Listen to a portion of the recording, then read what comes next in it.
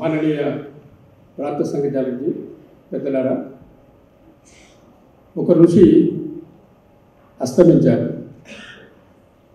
కేవలం భౌతికంగా మాత్రమే.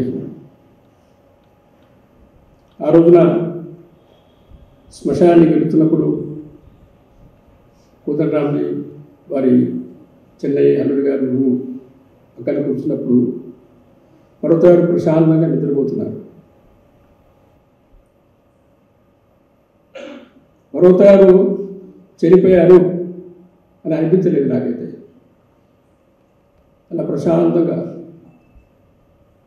ఎందుకంటే ఆసుపత్రుల్లో మీరు చూసినప్పుడు అసలు దగ్గరికి వెళ్తేనే ఇన్ఫెక్షన్ అవుతుందేమని భయం ఉన్న సమయంలో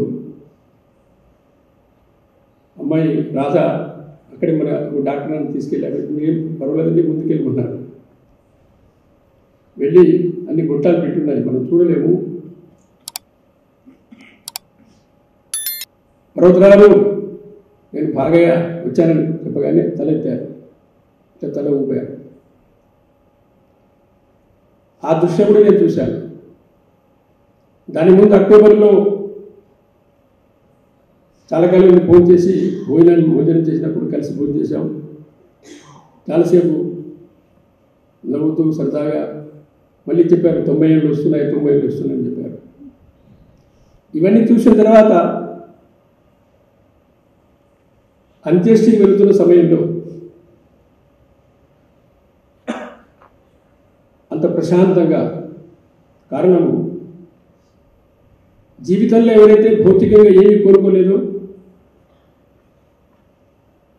ఎవరైతే జీవితంలో క్షణము నిస్వార్థంగా పనిచేశారో,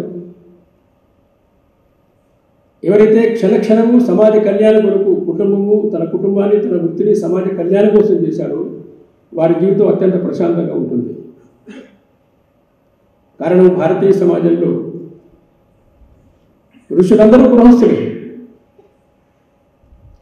అటువంటి ఋషి పరంపరకు చెందినటువంటి మాన్యులు పర్వతరాలు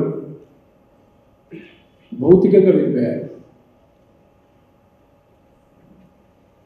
కానీ ఆధ్యాత్మికంగా, సంస్కృతిపరంగా మనందరికీ, మాలాంటి వాళ్ళకైతే ప్రతిరోజు,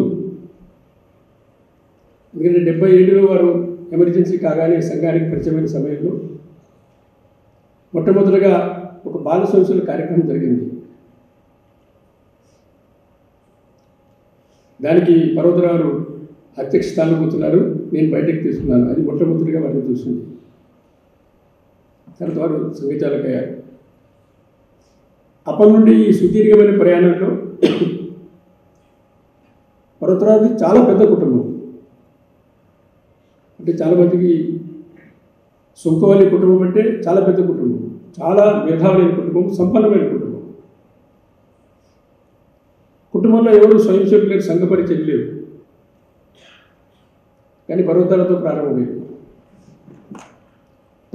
తర్వాత ఇప్పుడే రామజయ్య గారు చెప్పారు, చిన్నప్పటి నుంచి శాఖలో నలిగిన వాళ్ళు చాలామంది ఇక్కడ కూర్చున్నారు. అలా నలిగిన కారణంగా మన రక్తంలో సంఘం ప్రవేశించింది. చిన్నప్పటి నుంచి నలిగిన వాళ్ళు ఏ రకంగా సంఘంలో విలీనమయ్యారో, లీనమైపోయారో, తమ జీవితం మొత్తం లీనం చేశారో అలా పర్వతరాలు జీవించారు. అది చాలా కష్టమైన విషయం, కానీ వారు సాధించారు. దాన్ని సంఘంలో ఎంతమంది ఉన్నాము అనే దానికంటే సంఘం ఎంతమందిలో ఉంది అని మనం దాదారావు పరమాత్మ గారు చెప్పేవారు. సంఘం వారి జీవితంలో ప్రవేశించింది, వారి రక్తంలో ప్రవేశించింది, వారి స్వభావంలో ప్రవేశించింది, వారి కుటుంబంలో ప్రవేశించింది. ఆ రకంగా జీవితం మొత్తం కూడా సంఘం కొరకు తమ జీవితం మొత్తాన్ని మార్చుకున్నారు. సంఘము తప్ప ఇంకా వేరే ఆలోచన లేదు వారికి అసలు. మొన్న పెద్దలందరూ కలిసి వాళ్ళు కూడా ఇక్కడ పెద్ద కర్మతికి వెళ్ళాము. నేను ఆ రోజు వెళ్ళినప్పుడు అనేక మంది పెద్దలు, బాబు పర్వతరానికి మీ ఆర్ఎస్ఎస్ తప్ప ఇంకోటి లేదే బాబు అని. సత్యమని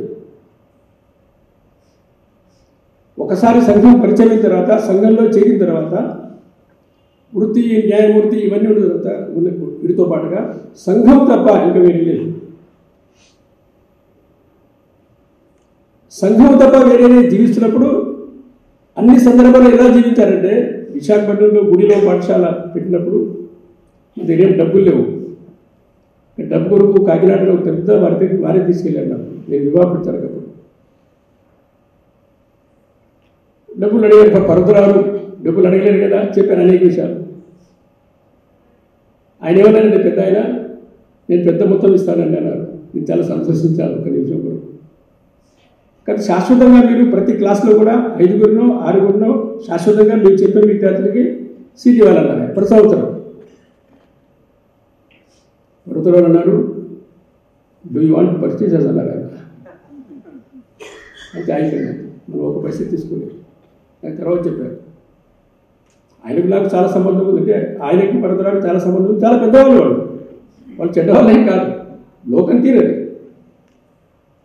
పరదురాలు నాడు ప్రశ్న లేదు.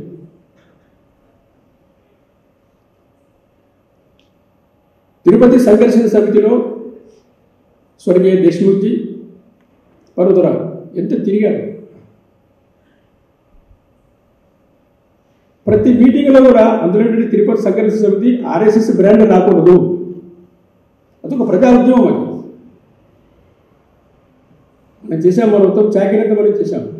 కానీ ఆర్ఎస్ఎస్ బ్రాండింగ్ రాకూడదు అని చెప్పినప్పుడు ప్రతిసారి మొత్తం మీటింగ్లో వెనకాల ఇద్దరు కూర్చున్నారు. నాకైతే ఎంత బాధ వేసేది. పరదురాలు దేశ్ముఖ్ గారు ఉపన్యాసాలు వచ్చేవి, తీర్మానాలు జరిగేవి, పెద్ద ఉద్యోగం జరిగింది, అన్నీ జరిగాయి.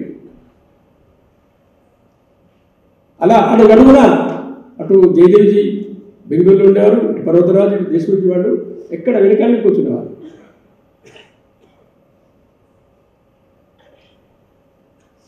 సమాజ సమరసత మీద విజయవాడలో సమ్మేళనం జరిగింది ఒక దినమంతా. జస్టిస్ రామస్వామి గారు వారింటికి తీసుకెళ్ళాను. నేను అప్పుడు విజయవాడ ఉండేవాడిని ప్రాంత ప్రచారంగా. అప్పుడైతే వివాహ ప్రచారంగా జస్టిస్ రామస్వామి గారు విజయవాడ వచ్చారు పూర్తిగా. ఆ తర్వాత చనిపోయే వరకు కూడా రామస్వామి గారితో సంబంధము, మన సంఘానికి ఉండే సంబంధము అలా నిరంతరం ప్రయత్నం చేశారు వారు. టివి నారాయణ గారు, justice Parvatarao, doctor B Swamy గారు, professor vice chancellor, ex vice chancellor, వీళ్ళందరూ కూడా దాంట్లో పాల్గొన్నారు. ప్రొఫెసర్ కులపతి గారు, సుబ్రహ్మణ్య శాస్త్రి గారు. కోస్తాంధ్రప్రదేశ్లో పిన్నవేలి లింగయ్య గారు మనకు సంగీతానికి ఉండేవారు, పెద్దలు. ఒక పెద్ద వ్యక్తిత్వం లింగయ్య గారు అంటే పాత వాళ్ళకి తెలుసు. వారు ఎంతో ప్రయత్నం చేశారు లింగయ్య గారు కూడా. కానీ లింగయ్య గారు ఉన్నప్పుడు ఎంతో ప్రయత్నం చేసినప్పటికీ గ్రామీణ రైతు కుటుంబాల్లోకి సంఘం ప్రవేశించలేకపోయింది. 77 తర్వాత మొదలైంది. ఆ తర్వాత పర్వతరావు మొత్తం రాజమండ్రి విభాగం కానీ, ఇటు విజయవాడ విభాగం కానీ అందరినీ మొత్తం సిద్ధార్థ అకాడమీ అంతా కూడా, ఈవేళ ప్రభుత్వం మారింది కాబట్టి కాదు, సిద్ధార్థ అకాడమీలో రాజకీయం ఎక్కున్నప్పుడు కూడా సంఘానికి పూర్తిగా ఊడిపోయారు. అకాడమీలో బ్రహ్మయ్య సుబ్బారావు గారు అందరూ కూడా చనిపోయిన వరకు గురుదక్షిణకు వచ్చేవారు. పరదురాలు కంపెనీలను చాలా ఎక్స్పర్ట్ భారతదేశం మొత్తంలోనే. ఇక్కడ బ్రహ్మయ్య కంపెనీ కానీ, సిద్ధార్థ అకాడమీ కానీ, మిగతా అనేక మంది పెద్దలు వారందరినీ సంఘానికి అనుకూలంగా, మనుపూడి హరిచంద్ర ప్రసాద్ గారు కానీ, ఆంధ్ర షుగర్స్, వాళ్ళందరి విషయంలో కూడా సంఘం వాళ్ళకి అర్థం కావాలి, సంఘానికి వాళ్ళు దగ్గరికి రావాలి అని నిరంతరం ప్రయత్నం చేస్తూ పర్యటన చేసేవారు. అలా పర్వతరావు జీవించారు.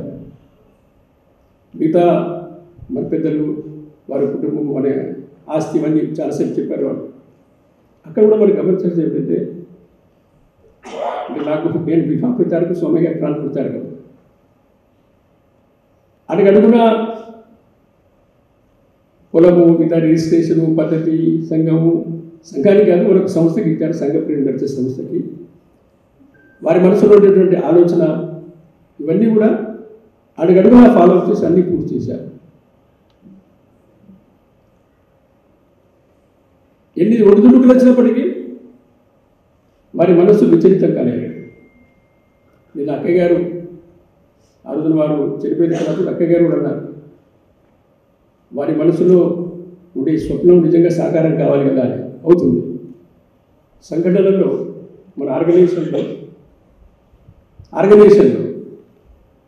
ఎన్ని ఒడిదుడుకులు వచ్చినప్పటికీ ఆర్గనైజేషన్ కాబట్టి సెట్ అవుతుంది. అనేక సంస్థలు మనం చూస్తాం, వారి తాతగారు మంచి పని చేస్తారు, మనవాడు అమ్ముకుంటుంటాడు, చూస్తాం, ఇది పాడిపోతుంది. ఆర్గనైజేషన్ ఏమిటంటే ఒడిదుడుకులు వచ్చినప్పటికీ అది విజయవంతం అవుతుంది. ఎందుకంటే నూతకి స్కూల్లో మనం వాళ్ళు అక్కడ ప్రారంభం చేసినప్పుడు ప్రారంభంలో ఇబ్బంది పడేది. ఇద్దరు స్వయంసేవకులు చాలా సీనియర్ స్థాయికి వచ్చారు, చాలా సీనియర్స్ స్థాయికి చేసుకుని నేను ప్రాంత పెద్ద అమ్మాయిని సార్ ఏదైనా సంఘం వాళ్ళకి చేత కాదు, త్వర శిక్షితులు ఎంతో ప్రచారకు పంచారు. అంటే నా నీకు కొట్టలేదు అంతే, నేను నవ్వుతున్నాను అంతే. ఇవాళ నూతక్ స్కూలు భారతదేశంలో ఉన్న బెస్ట్ స్కూల్ సిబిఎస్ఈ మన వాళ్ళే చేశారు, సంస్థ చేస్తుంది, మన కార్యకర్తలు చేస్తారు. ఆ రకంగా పెద్దలు పర్వతరారు యొక్క ఆత్మ తప్పకుండా కుటుంబంలో కుటుంబ సభ్యులందరికీ కూడా ఆ ప్రాజెక్టు విజయవంతం కావాలని, సక్రమంగా నడవాలని కోరుకుంటుంది, ఉండాలి కూడా, అది మన బాధ్యత కూడా. ఇక వినయ విషయంలో శేషాద్రి గారు వారికి ఫోన్ చేశారు, సర్కారీ వారు ఫోన్ చేస్తే పర్వతరారు అన్నారు, మంచి నమస్కారం అన్నారు, మీరు ఒక ప్రోగ్రాంకి వెళ్ళారన్నారు, కుదరదండి అన్నారు. అలా కుదరదంటే ఎట్లా అన్నారు, సర్కారీ వారే అంటే నాకు ఇట్లా వేరే ఆల్రెడీ సంఘ ప్రోగ్రాం ఉందని అన్నారు. ఆయన मैं శేషాద్రి बोल रहा हूँ सरकारी, अरे శేషాద్రి बोल रहे అన్నారు ఆయన. అప్పుడు వెంటనే ఒప్పుకున్నారు ఆయన. ఇద్దరు నవ్వడమే, శేషాద్రి గారు నవ్వడమే, పర్వతరారు నవ్వడమే. ఆ రకంగా ఇక్కడ సంఘ పని విషయంలో అఖిల భారత స్థాయిలో ఎక్కడ న్యాయశాస్త్రం విషయంలో ఎక్కడ ఇబ్బంది అవసరం వచ్చినప్పటికీ పర్వతరాన్ని సంప్రదించేవారు. అంతకుముందు రస్తోగి ఉండేవారు, కాళిదాస్ బస్సు వాళ్ళు ఉండేవారు. ఆ తర్వాత ఒక కాలఖండం మొత్తంలో పర్వతరాన్ని సంప్రదించేవారు. సంఘ శిక్షార్గలో మనందరికీ అనుభవం ఉంటుంది. ఈ నీళ్ళేమో తాగాలి తప్పితే కంచం కడకూడదు, నీళ్ళు తాగాలి కాబట్టి గడ్డం చేయగలిగి నీళ్ళు వాడకూడదు. పర్వతరారు బయలుదేరారు, చిన్న మగ్గ పట్టుకొని వెళ్తున్నారు, దూరంగా ఉన్నాయి. నేను మధ్య పేరు పర్వతరారు ఎక్కడికి వెళ్తున్నారు అడిగాను, గడ్డం చేసుకోవాలి కదా అన్నాడు. అవునండి అంటే, అవును ఈ నీళ్ళు వాడకూడదు కదా, అక్కడ దూరంగా వెళ్ళి మన మగ్గుతో నీళ్ళు తీసి ఆ నీళ్ళతోనే గడ్డం తీసుకున్నారు. తృతీయ వరుసలో న్యాయమూర్తిగా పదవి విరమణ చేసిన తర్వాత వారు తృతీయ వరుస చేశారు కాబట్టి తృతీయ వరుసలో మన అధికారులు మంచం వేస్తామని ఒత్తిడి చేశారు, ప్రశ్న లేదు. అలా అత్యంత సామాన్యమైన జీవితాన్ని జీవిస్తూ ఇలా చెబుతూ ఉంటే చాలా ఉన్నాయి. ఇక్కడ సమయం యొక్క ఇది ఉంది. మన 90 ఏళ్ల వయసు, మరి శిథిలమైపోయింది, సమయం పూర్తయిపోయింది, మనకు దుఃఖం సహజం. కానీ ప్రేరణ ఏదైతుందో ఇప్పుడే నందిని చెప్పినట్టుగానే కొన్ని విషయాలు మన మూర్తి గారు కొన్ని చెప్తుంది, నాకు కొన్ని చాలా తెలుసు, కొన్ని విషయాలు చెప్తుంటే నాకు కూడా ఒక రకమైన అనేక విషయాలు తెలిసాయి. సో ఆ దృష్ట్యా పెద్దలు పూజనీయ సరసంగజాలజీ మనని దత్తాజీ, అరుణ సరసంగజాలజీ పద్మతో మాట్లాడారు. అక్కయ్య గారితో మాట్లాడుతున్నప్పుడు ముందు అక్కయ్య గారు ఒప్పుకున్నారు, కానీ ఎప్పుడైతే డైరెక్ట్గా ఫోన్ వచ్చిందో వాడు తట్టుకోలేకపోయారు. ఆ రకంగా మన పెద్దలందరూ, కారణం ఒక అఖిల భారతీయ కార్యకర్త వారు. అట్లాగే మన దగ్గర సంఘంలో మనం డాక్టరేట్ చూడలేదు, కానీ డాక్టరేట్ జరగానే మనకు లోపల నుంచి ఏ ప్రేరణ వస్తుంటే డాక్టరేజే మనకు ధైర్యం, డాక్టరేజే సర్వస్వం. ఇక్కడ కూర్చున్న వాళ్ళు కూడా కొంతమంది పర్వతాలను చూడకపోతే కూడా మనం శారీరకంగా చూసామా చూడలేదా ఇది సంఘం కాదు. ఒక వ్యక్తి యొక్క జీవితము అఖండ దీపంలాగా వెలుగుతుంది, ఆ దీపం మారిపోదు.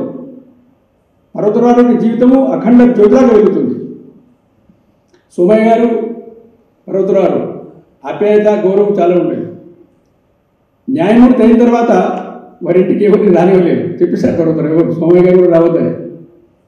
సోమయ్య గారు వాకింగ్తో వెళ్ళి, వీళ్ళకి తెలిసి గుర్తుంది, బరువు తెలుసుకున్నారు. అక్కడ వచ్చి ఏమంటే వచ్చారంటే వీళ్ళు పద్మ, మన జ్యోతి, వీళ్ళంతా అనురాధులు. సోమయ్య గారు నిలబడి ఆ మిషన్ దగ్గర నిలబడి ఆ బరువు బాగుంది మళ్ళీ ఇంటికి వెళ్ళిపోయేవారు. ఆ రకంగా సంఘంతో అలా ఉంటూ మళ్ళీ పదవి విరమణ కాగానే మళ్ళీ సంఘచాలకుగా అలా జీవించారు.